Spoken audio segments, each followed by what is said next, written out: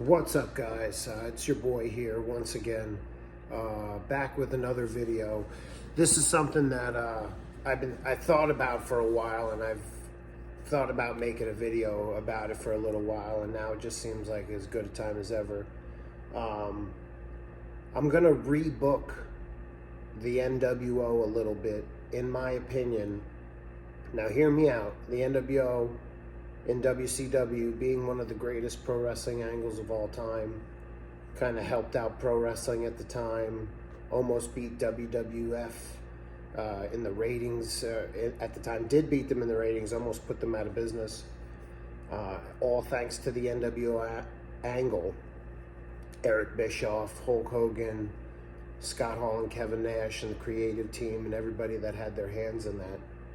But in my opinion, I think the nWo, it only should have been guys that came out of WWF for the most part in that group.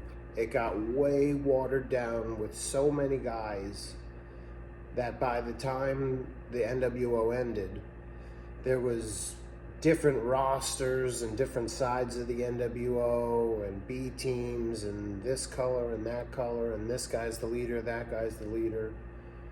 It inevitably, it probably would have gotten watered down had you kept going and going and going with it. But I'm going to give you what I think could have and should have happened.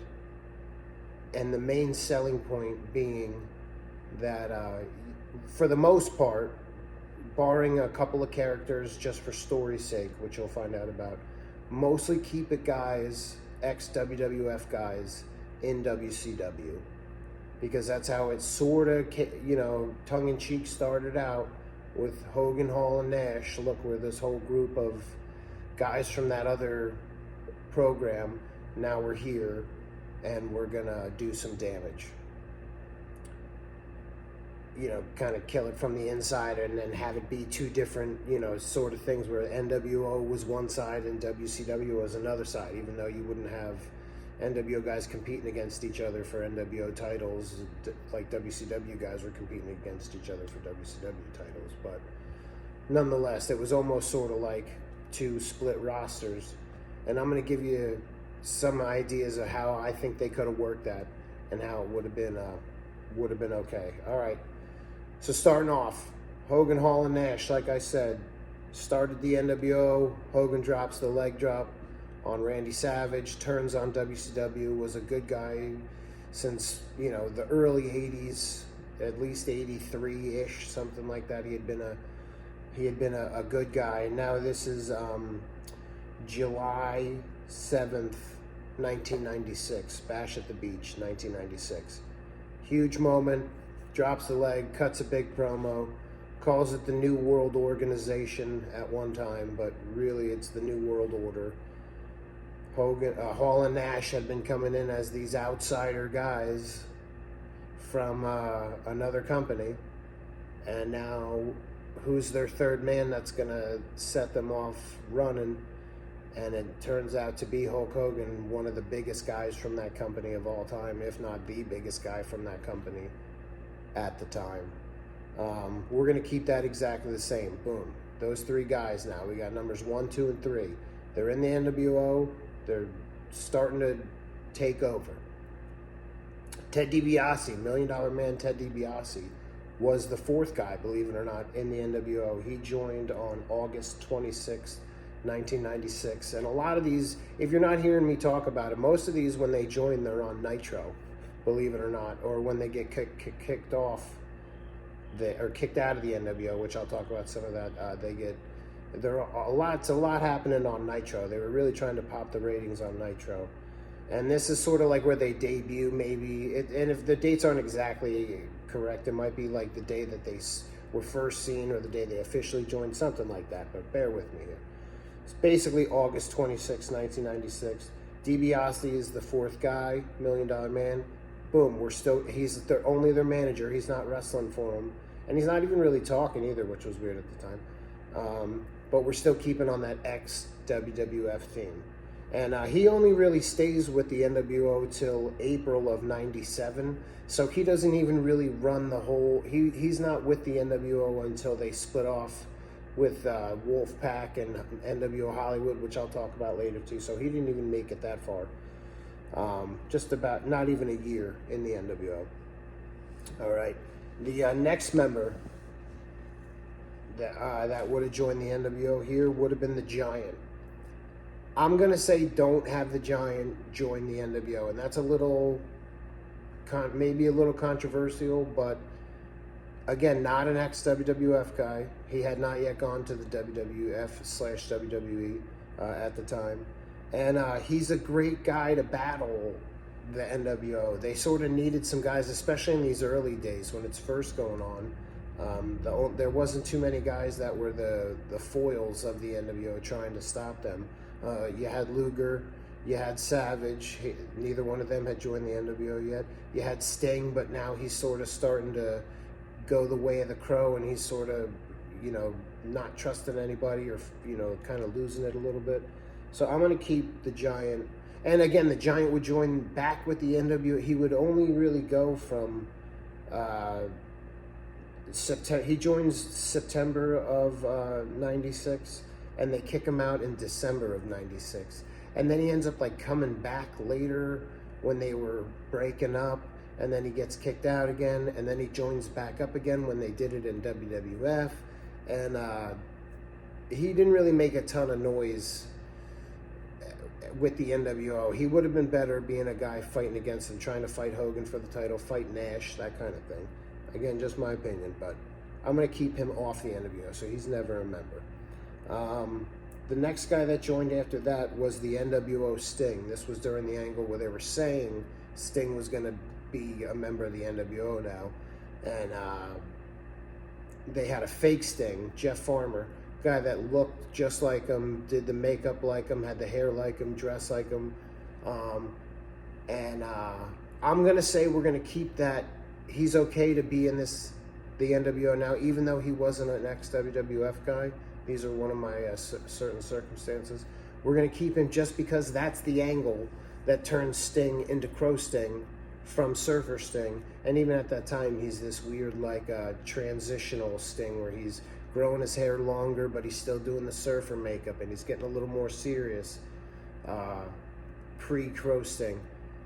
So you need that fake nWo Sting to say he's joined. Yeah, we got him. They had like a War Games angle with him, and then you can be like, obviously we're going to do something with him with the nWo Japan later on, I'll get into, but just have him briefly. We wouldn't make him like an every Monday night on Nitro character. Just have him do that angle, just have him do that match, have it be proved that it wasn't the real Sting, and then kind of push that guy aside. Maybe, make him disappear. You don't have to have him be in the spotlight, but have him at that time be a member. And that was in September of 1996, September 9th. So this is all in between July and September so far of 96. The next guy coming up, then, if we keep it like that, it's the sixth member. It's Six, a.k.a. 123 Kid, a.k.a. Sean Waltman, a.k.a. X-Pac. He comes in September 16th, 96, and he's only there again until November of the following year. He's only there till really November. Maybe it's when he's last seen, or I don't know if it's when he's last seen or last fired, or when he's fired. He's only there from really like September of 96 to November of 97. Then he goes back to WWF. So he leaves before they do the split as well. He's not able to be a part of either nWo Hollywood or Wolfpack, which they did at the time, and which I'll talk about a little later. But we can keep him because he's a former WWF guy. So right now, as we're going up to six, you got Hogan, Hall, Nash, DiBiase, Fake Sting, who's now kind of just put aside, and six. They put Kyle Petty in around this time as an nWo member. That they should not count that or put that in any records or anything like that. That should not be accounted for. Shouldn't be recognized as an actual nWo member. I think they also tried to put in the host from a TBS show, Dinner and a Movie, or something like that. and they said he was an NWO member. Any guys like that aren't going to be in the ring in WCW or in a manager capacity or valet or something like that, don't count. I'm not counting any of those guys. So Kyle Petty does not count. The next guy they got in was Vincent, aka Virgil, aka Soul Train Jones, I think he went by as well. Let's keep Virgil in it. They had him wrestling a lot in WCW. He was always the guy getting beat up. He was kind of the Buddy Rogers of the NWO. He was just the guy that was always getting his butt kicked. I'm going to have him in there, maybe wrestle once in a while if they need a guy in a battle royal or some kind of special thing where they need a lot of guys, or some kind of fight, something like that. But I'm going to have Vincent be a member. You can even still keep calling him Vincent. That's fine. It was a knock on Vince McMahon. But he's more of a valet. Maybe make him the guy that's holding the titles. Hogan's got the world belt, and they got the tag belts, they got the cruiserweight belt, they got the U.S. belt, whatever. Have him be the guy carrying the belts, have him be the guy carrying the briefcases full of money and stuff like that, just like he did in the WWF as Virgil. But he's obviously not going to be a guy vying for titles, so why, they already got a lot of guys that are wrestling. You don't need to put Vincent back in the ring, but we can keep him as a member. Again, keep him with that ex-WWF guy. Now you got Vincent and the $1 Million Man, or Virgil and the $1 Million Man. Next one they got, another manager. September 30th of 96, Miss Elizabeth joins the NWO. We can keep Miss Elizabeth in the NWO, and at the time, Randy Savage had still not joined the NWO, so that was like a cool contention point of her with the bad guys, but Savage is still with the good guys. We're going to keep that just the same. And again, where did she come from and was most famous? WWF. So now she's on their side again as a manager. So you really kind of got DiBiase as a manager, Vincent as a valet guy, maybe wrestler once in a while, and now you got Elizabeth as a manager. Now on Halloween Havoc 96, which is in October of 96, Nick Patrick, the referee, the crooked referee, becomes sort of a member of the NWO. He becomes a member of the NWO. You find out this referee is working for the NWO. Even though he's not an ex-WWF guy, I'm going to say that it's all right. He's a circumstance where you can keep him in there because you need that crooked referee to have those angles and to help the storylines go along. It really helped. And also the addition of their next member, who came in November of 96, and that's Eric Bischoff.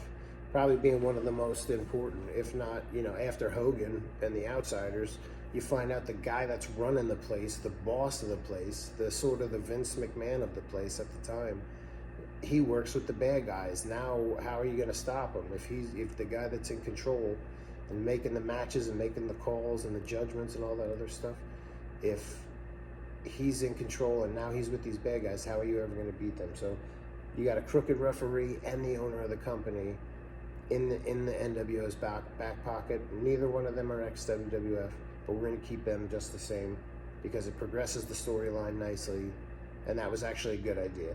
They also tried to have Mark Johnson, who was another WCW referee at the time. He did a couple of things where, like, later on after this, where he was sort of NWO as well. He was only helping out maybe Buff Bagwell and Lex Luger when they were teaming together. I'm not going to forego all of that. I'm going to pretend like that never happened. We're not going to make Mark Johnson have any affiliation with it. You're kind of dipping in the well again. Nick Patrick was the crooked referee, and we're going to keep it that way. A la Dangerous Danny Davis, who also did the crooked referee angle in WWF back in the day. All right. The next member to join the NWO was Buff Bagwell. He joined in November of 96 on a Nitro, November 25th.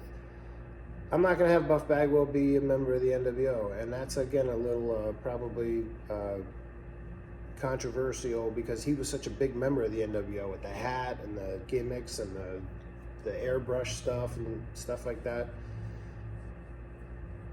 He turned heel to become a member of the NWO. I'm going to say, in booking sense here, let's make it where he turns heel on Scotty Riggs, just like he did, but instead of turning heel and joining the NWO, he just turns heel and he's a bad guy. And I'm going to get into it later, but he teamed up with Scott Norton down the road as Vicious and Delicious. We're gonna keep him here. Buff was a great tag team wrestler. Let's have him go heel. Let's have him jump Scotty Riggs again and have that be his thing. And then maybe he gets Boom right into this tag team with Scott Norton and they start doing their thing and you can sort of push them. And Buff can still be doing his whole Buff gimmick and the hat and the flaunting and the taunting and the talking to the camera and stuff. We're just not going to have him as a member of the NWO. He doesn't need to be there. He's not ex-WWF. And let's just push him as another guy, as another personality, and let him get over without the help of the NWO. All right. The next two guys to join in consecutive Nitros were Michael Wall Street, a.k.a. IRS, formerly of the WWF, and Big Bubba Rogers, a.k.a. the Big Boss Man, formerly of the WWF. They joined December 9th of 96 and December 16th of 96. And both of them, coincidentally enough, were kicked out of the NWO on the same day, April 21st of 1997, on a Nitro. Again, before the split happened of red and white and black and white. But I'm going to keep IRS and Big Boss Man as NWO members, ex-WWF guy. We'll have him be Good Muscle. We can maybe make him a tag team. You know, Hall and Nash were the big tag team at the time. And again, if you're looking at here with the current members that are in it, Hall and Nash were the guys that were tag team champions and fighting for the tag team belts and stuff like that and always doing tag team matches.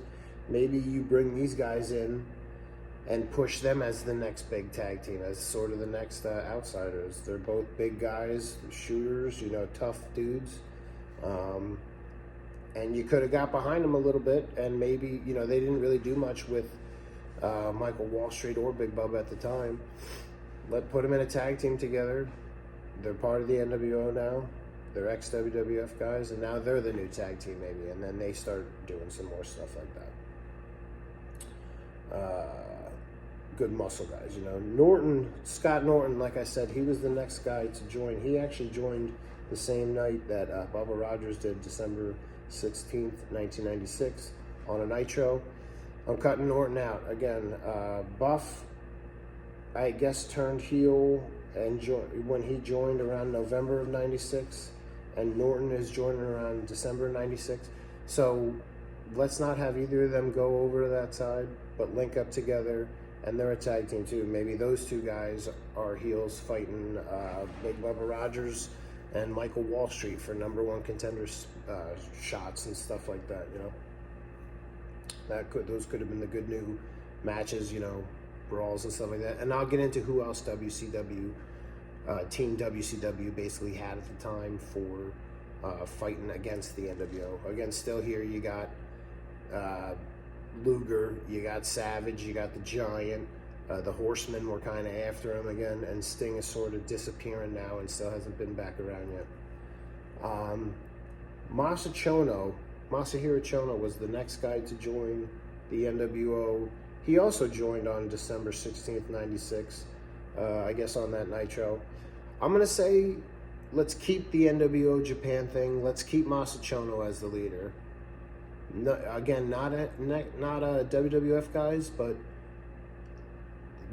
New Japan and WCW had a working relationship at the time. They were trying to, you know, they were using their guys and stuff like that. So I'm all right with having New Japan have their own offshoot of it. It sort of makes sense. And obviously none of the guys are going to be ex-WWF guys, but you got Masahiro Chono obviously as the leader. The Great Muta went into it. Tenzin went into it. You put that fake Sting, who we had seen, you know, be one of the fifth member, I guess. Send him to Japan, and then make him be like NWO Sting in Japan. And I know he was huge over there at the time back then, even without even really doing much. They could have had that guy gone to the top. And now also, I was going to say, in a worst case scenario situation, Scott Norton does a lot of work in Japan. You could take him over there, and they had him be like the IWGP champion at the time, heavyweight champion at the time. You could take him and Buff Bagwell over there, maybe have them two be in the NWO Japan, when they're over there and fighting and stuff like that, but not really recognized as NWO in the United States, you know, which might cause a little conflict, something like that. But either way, they don't need to be, but you can still have New Japan have its own NWO thing. All right, the next guy to join finally turns heel, Randy Macho Man Savage, at Super Brawl 7, February 23rd, 1997. He turns heel. He helps Hogan beat Roddy Piper and keep the title at the time. Let's have Savage 100% be the new NWO member. He's 100% ex-WWF. We're still keeping in line with these outsiders from a different company trying to come in and trying to kill WCW from the inside. Maybe, though, you have Piper beat Hogan at Super Brawl 7. Maybe you have Luger beat Hogan at Super Brawl 7 instead. Luger won the tag titles at Super Brawl 7 with the Giant, again fighting the NWO against the Outsiders, right? Luger and the Giant beat the Outsiders for the title at Super Brawl 7. They got him stripped like the next night. But maybe you swap Luger. Maybe this is when Luger beats Hogan for the title instead of when Luger beats Hogan for the title in August, which I'll talk about in a little bit. But either way, let's say even if you had Piper beat Hogan, one of those two beats Hogan, let Hogan have a rest. Hogan at the time now, this had been February of 97. Hogan had been running roughshod essentially since July of the following year. Let's let Hogan take a break, whether it's for a couple months or for a year. Let Hogan take a break. Now Randy Savage is the new leader of the NWO. You bring Savage in. Now Savage is the guy again that's going to go back after the title. Savage won the title as an NWO guy, I believe, yep. So Super Brawl 7 happens. Savage turns heel. Savage is NWO now. Let's let Hogan have a rest. Hogan loses the title. And now Savage, as your new NWO leader, is the guy that's going to be going after that title to get it back for NWO. The next guy up in March of 97, this is the following month, Dennis Rodman comes into the NWO. I'm all right with having Dennis Rodman as, again, one of those circumstances. He elevates. He's got a name already going into it. He's a big-time star, NBA champion. 100% let him come in and be a celebrity and let him do his wrestling thing once in a while. You know, they maybe, I don't even know how many pro wrestling matches he had, but it was probably too many. You know, you let him have 2 or 3, maybe something like that, but have him totally be affiliated, totally walk out with the big matches and stuff like that. And yeah, we can keep Rodman, even though he's not ex-WWF. He's NWO. Next guy after that, to join the NWO in July of 97 was Conan, K-Dog. Big time dude for the Wolfpack and stuff like that. I'm cutting him out. I'm sorry, Conan. Let's not have him join. He's going to be another one of those guys. Let's have him fight the NWO. I think we can still bring out that K-Dog, you know, with the flannel and the hat and the shirt tied around his waist and the gloves and the chains and the baggy pants and stuff like that. Have him bring that whole West Coast, California, tough guy, Spanish guy, Mexican guy persona, but have that be the guy that's going after the NWO. He doesn't like the NWO. He didn't need the NWO, and he did really good in the NWO, and he did well for the NWO and stuff like that. But I'm gonna say, because he's not ex-WWF, he's not special enough to get the spot. Let's just have him be a guy that tries to fight the NWO, or maybe respects him and, you know, works alongside him but doesn't join him. All right, that was in July of 97. In August of 97, that's when Luger beat Hogan for the title on Nitro. That was a big moment. That was when that in August is when Hogan sort of took a little break, I guess, or whatever, and dropped the title and did his thing for a minute. But you could have had it, like I said, you could have had it done in Super Brawl in February of that year. Maybe Piper won the title at Super Brawl in February of that year and held it until this Nitro. And instead of having Luger beat Hogan, you have Savage now beat Piper to take the title back. Or again, you have Luger beat Hogan at Super Brawl 7, and he holds it till this Nitro when he was supposed to really win it. And then that's when he drops it back to Savage, now the new leader of the NWO. It's got the title back for the NWO. That's a good. That's one of the things that I would probably want to do. The next guys to come in are Kurt Hennig and Rick Rude, real life best friends too. They like went to high school together. That was Hennig joined at Fall Brawl in September of '97. Did the famous cage slam on Ric Flair's head, and Rick Rude joined in November of '97. 2 months later. Have these guys be a great team too. Obviously, Rude didn't wrestle much at the time; he was injured, and Hennig wasn't in his prime anymore. But now they can be maybe the new kind of funny comedy duo that Hennig still could get the work done and hold the U.S. belt, hold funny interviews, do good mic stuff, the two of them. You got Rude as a mouthpiece with Kurt Hennig and their friendship and stuff like that. You could have Rude be, doing the suits and the briefcase and maybe be sort of Hennig's personal valet manager, bodyguard for his singles run. Let him take the U.S. belt, the TV belt, that kind of thing. Both ex-WWF guys, both huge WWF careers, and they fit right in with this NWO thing. All right, now I'll also jump in. That was in, let's say, September and November of '97. Sting does the whole finally comes down as the Crow and beats Hulk Hogan here at Starrcade in December of '97. That's what happened in real life. But again, if I'm talking about that, let's say now Savage had the title because Luger or Piper had it between February and August. Now Savage has had it from August till this December pay-per-view, and instead of Sting in real life beat Hulk Hogan, and that was the big, another huge thing for WCW. But maybe you have Sting beat Randy Savage, or maybe, I don't know, somehow it is Hulk Hogan, whatever. They both could work. They were both huge things. Sting beating Hogan was the huge moment, but either or I think would be great. And then, Sting again saves WCW and brings the belt back to their side. Louis Spicolli joined in January of '98. The next month, I'm going to say no, even though he's, rest in peace, Louis Spicolli. He wasn't in it for very long. He was only kind of Scott Hall's valet for a little bit right before he passed away. And he was ex-WWF Northeast guy, but I'm going to cut that out. He didn't need to do that.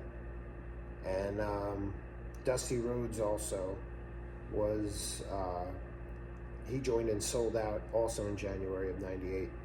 I don't like the idea of Dusty Rhodes in the NWO. I don't think anybody did. I don't think anybody thought it was a great idea. Even though, again, fits with the ex-WWF theme. Just didn't, he deserved to be a guy that was a foil of the NWO, hated the NWO, tried to get the NWO out of there, just like Larry Zbyszko in the early NWO days, fighting Scott Hall. The two legend guys, Arn Anderson and Ric Flair, are still there. They hate these young punk guys, or these guys that like Hogan and Savage that are their age. Next guy to join the NWO, February of '98, is Brian Adams. I'm keeping him. Brian Adams, ex-WWF, did a bunch of stints in WWF as Crush, Demolition Crush. You had Kona Crush. You had Jailhouse Crush. You had DOA Crush. There was a lot of different crushes. And him as a big muscle guy for the NWO now, again, switches it up. They're trying to get new guys, and that works for him. Now, the next, I'm going to jump ahead. That was in February of '98.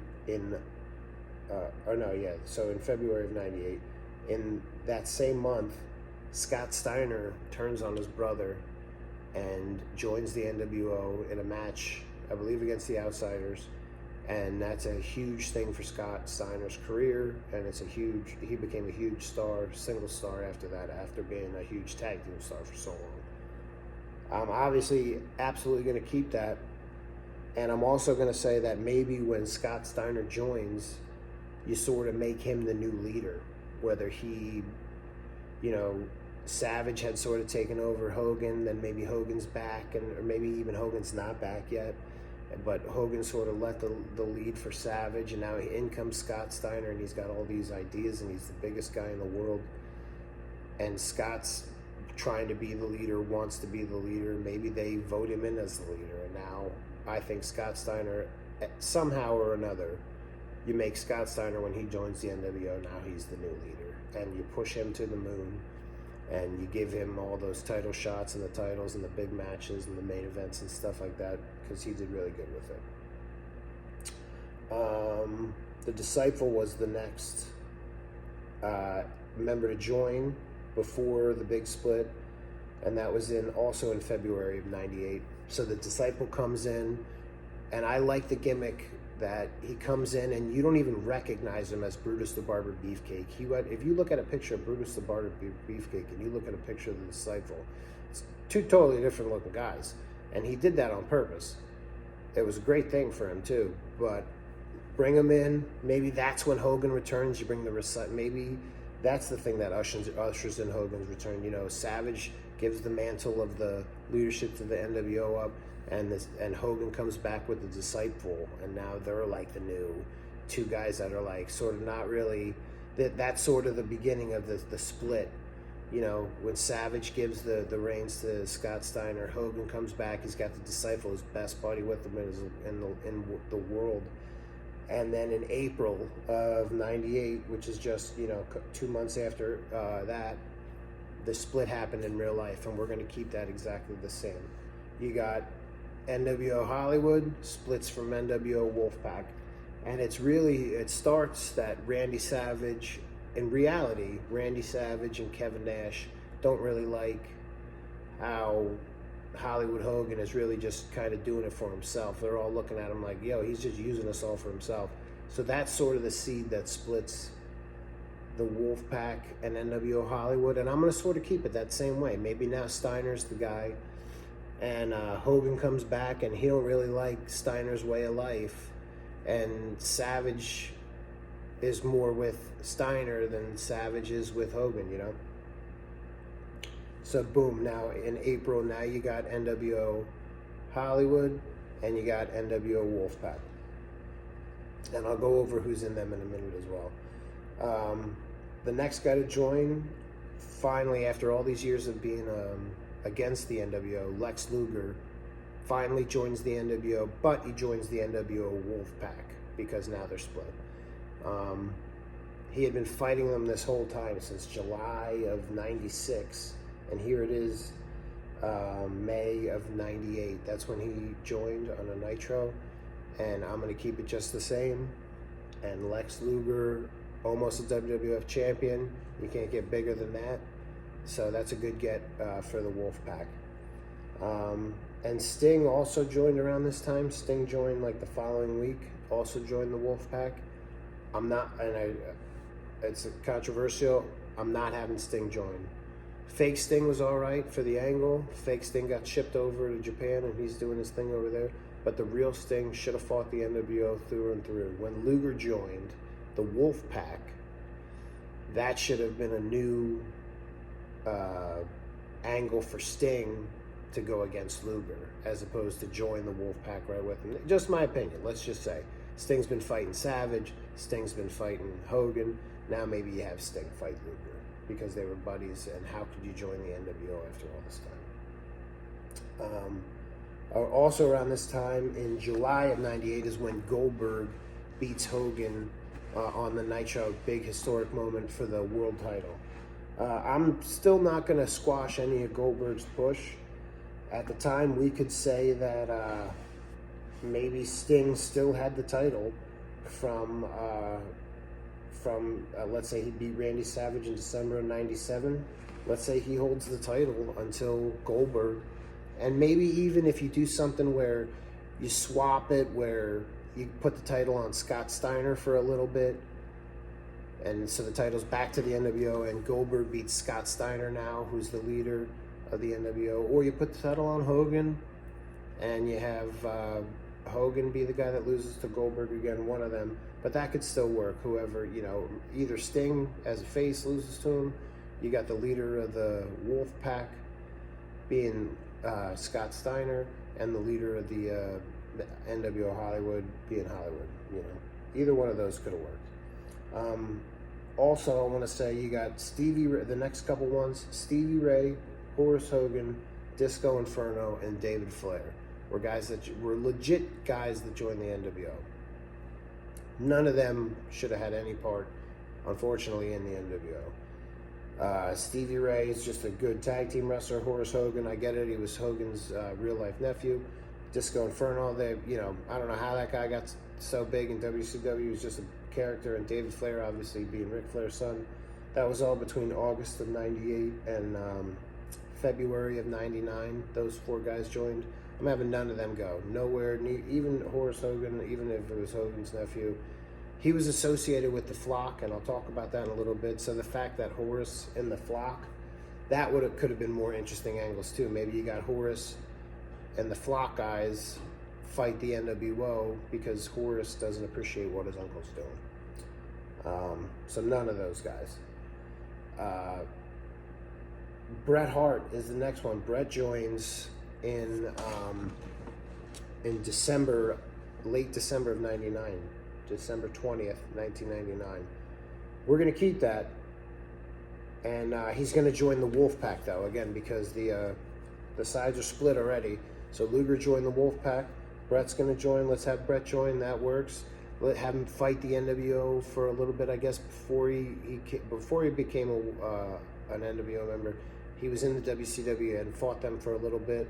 Didn't know what was going to go on. We can keep that storyline still, but when he joins up with the Wolf Pack. Jeff Jarrett joined in also around the same night that Bret did. I'm gonna say Jeff Jarrett should have wanted to join the NWO, but they didn't let him, or he couldn't in some way. And that made Jeff Jarrett so mad that he goes out and he sort of starts his own thing with the likes of Vince Russo, David Arquette, Ron and Don Harris, that whole thing, the guy, the Oklahoma guy or whatever. And that's another faction to fight the NWO, because Jeff Jarrett, again, hey, I'm ex-WF guy, I'm Intercontinental Champion, blah, blah, and then they don't want him. So then he goes, and now he's going to try to, with the new writer, and then you could do some kind of Eric Bischoff versus Vince Russo thing before they obviously started the New Blood thing together. But in that angle, then boom, you got another built-in angle. Harris Brothers, like I talked about, they joined the NWO. I'm not having them in at all. That was in January of 2000. And then by April of 2000 is when they sort of split, and they did the New Blood and the Millionaires Club. And they totally killed the NWO. Some of the NWO went towards the New Blood, like Eric Bischoff and stuff like that. And some of the NWO went towards the Millionaires Club, like Kevin Nash and all that. So in retrospect, let's go over this. The NWO members, you got, in order, Scott Hall, Kevin Nash, Hulk Hogan, Ted DiBiase as manager, Fake Sting, just for an angle, Six as the sixth. You got Vincent as a valet and Elizabeth as a valet, or manager, whatever you want to call it. You got Nick Patrick as a referee, Eric Bischoff, again, as a manager, fights once in a while. Again, don't give him more than 2 or 3 matches. He overdid it with his matches. You got Michael Wall Street and Big Bubba, maybe as tag team. You got Randy Macho Man Savage, Dennis Rodman, Kurt Hennig and Rick Rude, again, kind of as a pair there. Brian Adams, Scott Steiner, The Disciple, a.k.a. Bruce Beefcake, Lex Luger, and Bret Hart. And Luger and Bret are the only ones that joined after the split, and they only joined the Wolf Pack. So again, the Wolf Pack now, you got, when they split, Kevin Nash, Scott Hall, Randy Savage, Kurt Hennig, Rick Rude, Lex Luger, Bret Hart, and Liz, which is pretty good. That's a pretty solid team. And NWO Hollywood, before they split, you got Hulk Hogan, Eric Bischoff, Nick Patrick for a little while. Actually, he's actually gone. Nick Patrick is gone before they did the split, so he's not even on there. Hulk Hogan, Eric Bischoff, The Disciple, Brian Adams, Scott Steiner. Oh no, Scott Steiner is not in it. He's in the Wolfpack. Vincent, Michael Wall Street, Big Bubba, and Rodman. So both sides got their thing. I forgot to mention Steiner in the Wolfpack side. And is he the leader or is Savage a leader? I mean, it really doesn't matter. Hall and Nash are kind of leaders. They're all kind of the leaders, you know. And then again, we got the guys that are fighting them at the time, Team WCW. You still had DDP doing all his stuff. He's going to win the world title, you know, with all those in mind. You got the Giant the whole time he's fighting him. Get him out of that Dungeon of Doom stuff right at the beginning of this and just have him be his own guy. Roddy Piper was fighting him at the time. Again, he was older, but maybe he wins the world title here. You got cruiserweights like Eddie Guerrero and Chris Jericho. And even though Conan's not really cruiserweight, he's kind of, you know, he's lucha. They could have been having these matches against guys like Six, or been the guys that are beating up on Vincent. Or again, if you're doing them, you know, even the Hall and Nash matches or the whatever, you know, those later guys could have, you know, been good foils for the NWO. You got Goldberg, again, he's going to win the world title and be unstoppable against the NWO. Rick Steiner, you got all the Horsemen and the Horsemen at the time. Again, we talked about Flair and Anderson.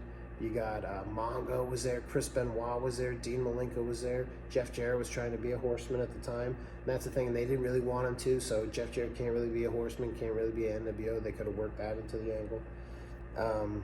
Booker T, again, has a lot of problems with the NWO down the line. Never joins in reality too, which is good, except for in the WWE version. But you have him be a guy that's beating the NWO up here. The Ultimate Warrior, he came back and he's fighting them. He's got the One Warrior Nation thing. Again, that's a great guy to, you know, there's somebody that you book the NWO against.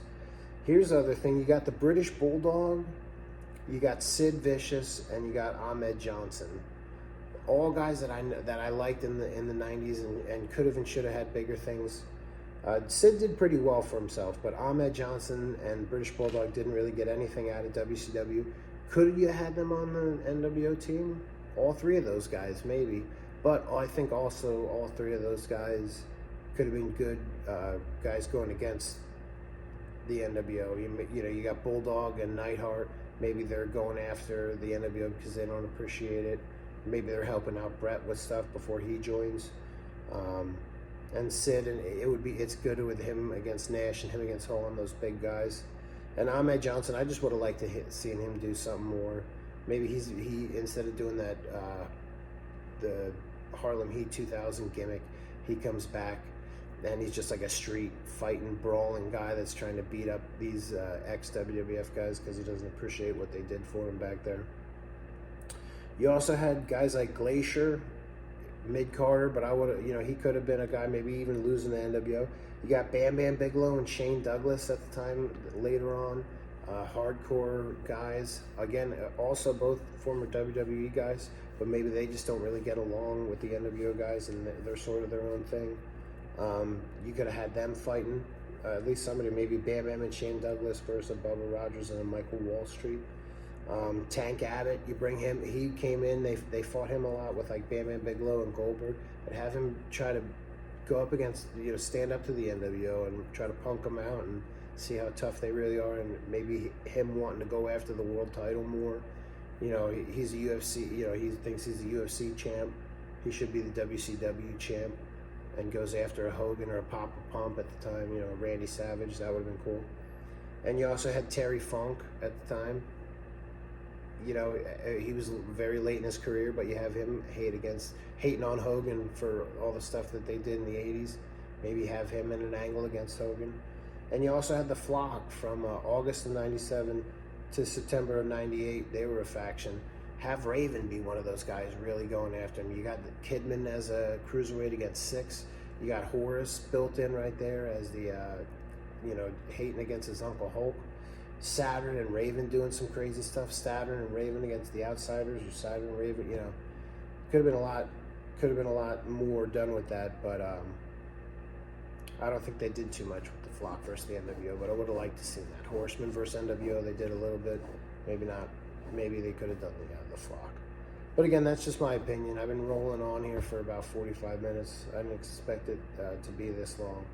But that's just my thought. At the end of the day, if you kept NWO, all ex-WWF guys, you didn't water it down too much, you switch the leaders up once in a while, you give Hogan a break, you let him come back, you do the split the right way, and then in the end, they're going to break up anyway, and around that time, and then you have those two groups. I don't know how you would do it, but you have them both kind of implode, and then that's when Bischoff and Russo get together, they decide they're stripping everybody. They could even disband the groups if they wanted to themselves to start the New Blood, and that's what starts the Millionaires Club to battle them, and you go from there. And maybe things would have still died down for them, but that would have just been a different angle for it. I don't know. Who knows? I'm not saying that would have saved the company. And you go from there. Maybe don't have Arquette win the world title, but all right. I hope you enjoyed it. Leave some comments if you got any other ideas about what the NWO could have or should have been. Thanks for watching.